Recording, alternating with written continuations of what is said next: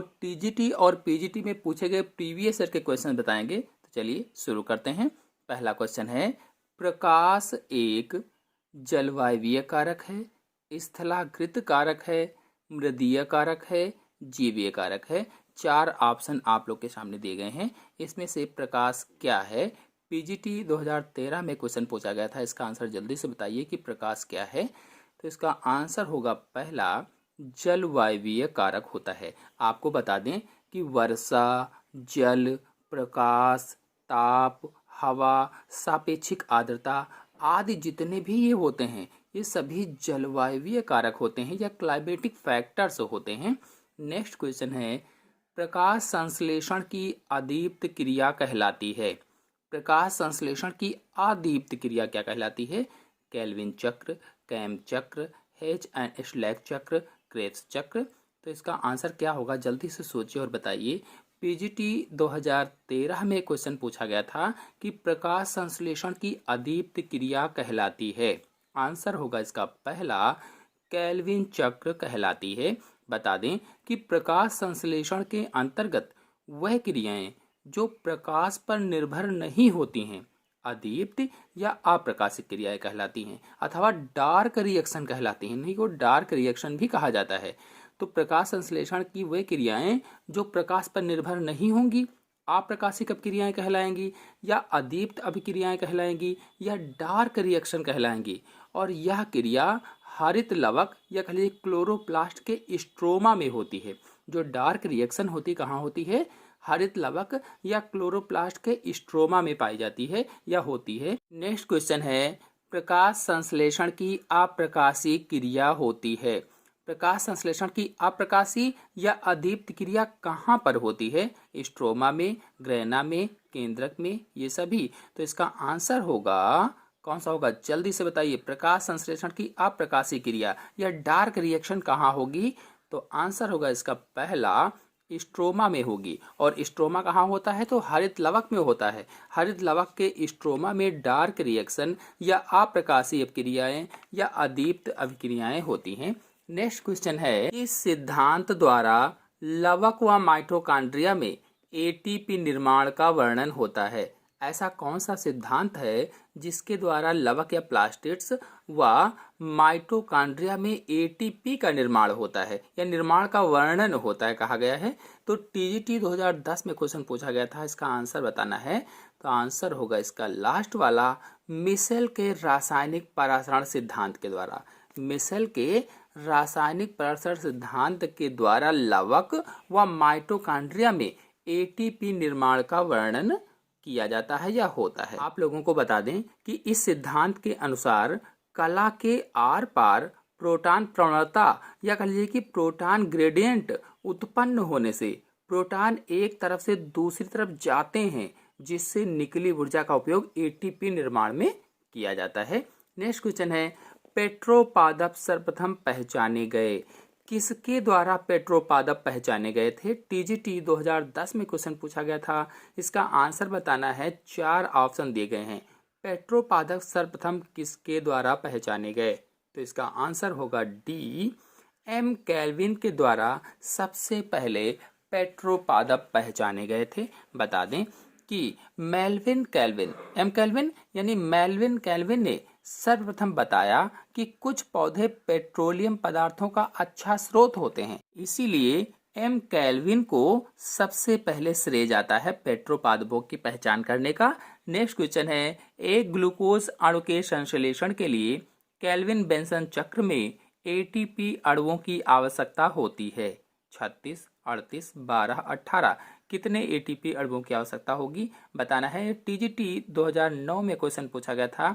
तो आंसर इसका होगा लास्ट वाला 18, यानी एक ग्लूकोज अणु के संश्लेषण के लिए 18 एटीपी अणुओं की आवश्यकता होती है। नेक्स्ट क्वेश्चन है, वर्णक तंत्र आई में समस्त ऊर्जा संग्रहित होती है। वर्णक तंत्र आई में समस्त ऊर्जा संग्रहित होती है किस में? 4 ऑप्शन दिए गए हैं। टीजीटी 2009 में क्वेश्चन पूछा गया था। इसका आंसर होगा डी, P700 में। P700 में वर्णक तंत्र आई की समस्त ऊर्जा संग्रहित होती है। बता दें कि वर्णक तंत्र यानी PSI का अभिक्रिया केंद्र P700 होता है और इससे उत्तेजित इलेक्ट्रॉन का अंतिम ग्राही NADPH2 होता है। NADPH2 अंतिम ग्राही होता है।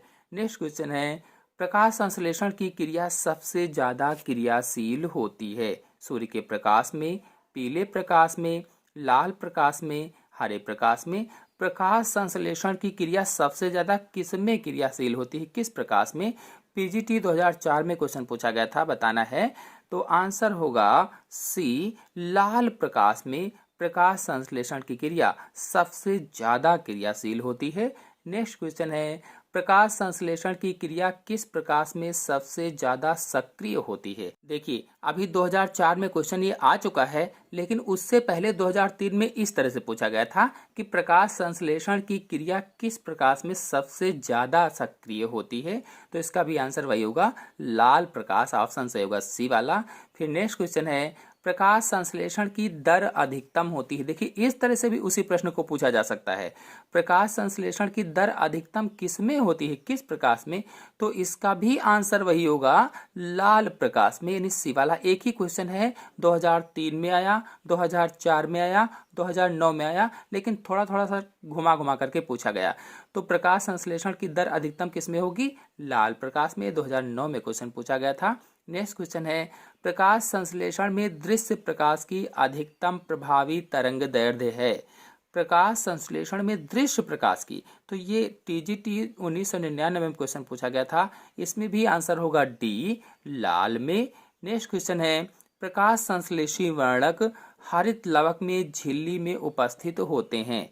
हरित लवक की झिल्ली में क्या उपस्थित होते हैं? प्रकाश संश्लेषी जो वर्णक होता है, तो ये TGT 2009 में क्वेश्चन पूछा गया था। इसका आंसर बताना है, प्रकाश संश्लेषी वर्णक हरित लवक में झिल्ली में उपस्थित होते हैं। क्या मतलब बताना है कि प्रकाश संश्लेषी जो वर्णक होते हैं ये हरित लवक पे कहाँ उपस्थित होते हैं? तो इसका आंसर होगा पहला, थाइलेक्वाइड्स में, यानी प्रकाश संश्लेषी वर्णक हरित लवक या क्लोरोप्लास्ट के थाइलेक्वाइड्स में उपस्थित होते हैं। और यही कारण होता है कि प्रकाशिक क्रिया जो होती है, जो लाइट रिएक्शन होती है, वो थाइलेक्वाइड में ही होती है, जबकि अप्रकाशित क्रिया मैंने कहाँ बताया था अभी, स्ट्रोमा में, हरित लवक के स्ट्रोमा में पाई जाती है।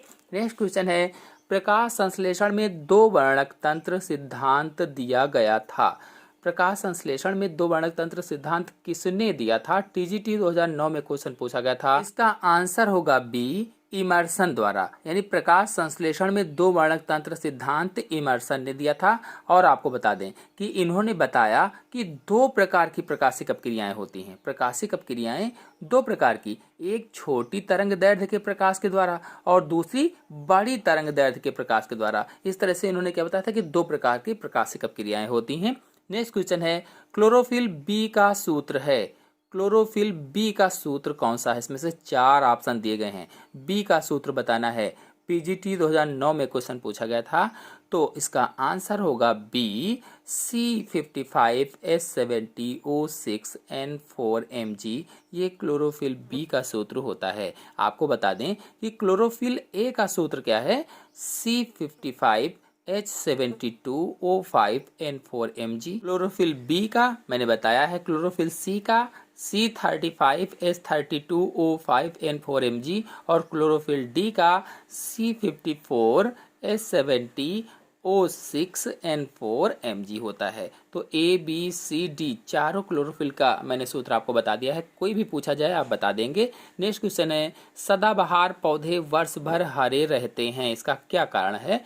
चार ऑप्शन दिए गए हैं, बताना है कि सदाबहार पौधे वर्ष भर क्यों हरे रहते हैं, किस कारण से हरे रहते हैं।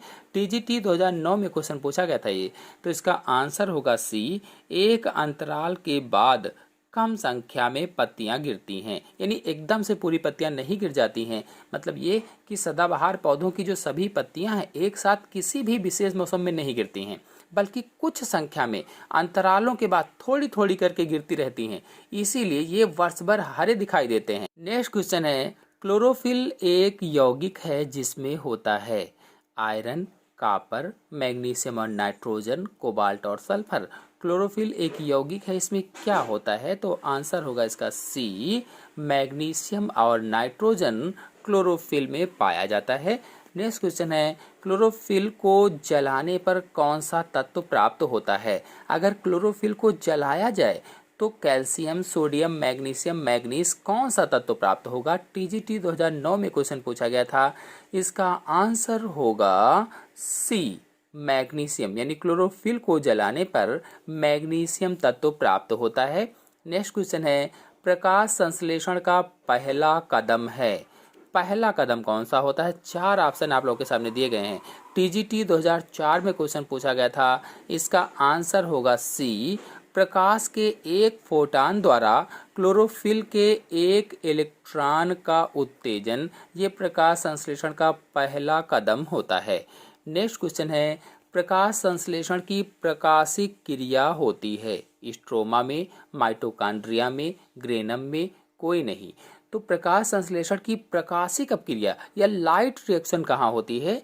आंसर होगा इसका सी, प्रकाश संश्लेषण की लाइट रिएक्शन ग्रेनम में होती है। बता दें कि प्रकाश संश्लेषण की प्रकाशिक क्रिया थाइलेक्वाइड में होती है और थाइलेक्वाइड के समूह को ग्रेनम कहा जाता है। थाइलेक्वाइड की जो कला होती है, उसकी कला पर प्रकाश संश्लेषी वर्णक या फोटोसिंथेटिक पिगमेंट पाए जाते हैं और उसी से लाइट रिएक्शन होती है। नेक्स्ट क्वेश्चन है, प्रकाश संश्लेषण के दौरान 4 ऑप्शन दिए गए हैं, क्या प्राप्त होता है? किसका निर्माण होता है प्रकाश संश्लेषण के दौरान? इसका आंसर होगा पहला, एटीपी का निर्माण होता है, एडिनोसिन ट्राइफॉस्फेट का निर्माण होता है। बता दें कि प्रकाश संश्लेषण की प्रकाशिक क्रिया में चक्रीय तथा अचक्रीय फास्फोरिलीकरण द्वारा एटीपी का निर्माण होता है, जिसका उपयोग अप्रकाशिक क्रिया में ग्लूकोज निर्माण में होता है। नेक्स्ट क्वेश्चन है, निम्नलिखित में से कौन सा वर्णक जल में घुलनशील है? ऐसे वर्णक का नाम बताना है जो जल में घुलनशील है। तो इसका आंसर होगा बी, एंथोसाइनिन जल में घुलनशील होता है। जो पिगमेंट होता है ये सॉल्युबल होता है वाटर में। आपको बताते चलें कि एंथोसाइनिन जल में घुलनशील वर्णक है और ये अधिकांशतः फूलों एवं फलों में पाया जाता है। जो एंथोसाइनिन है फूलों और फलों में मुख्य रूप से पाया जाता है।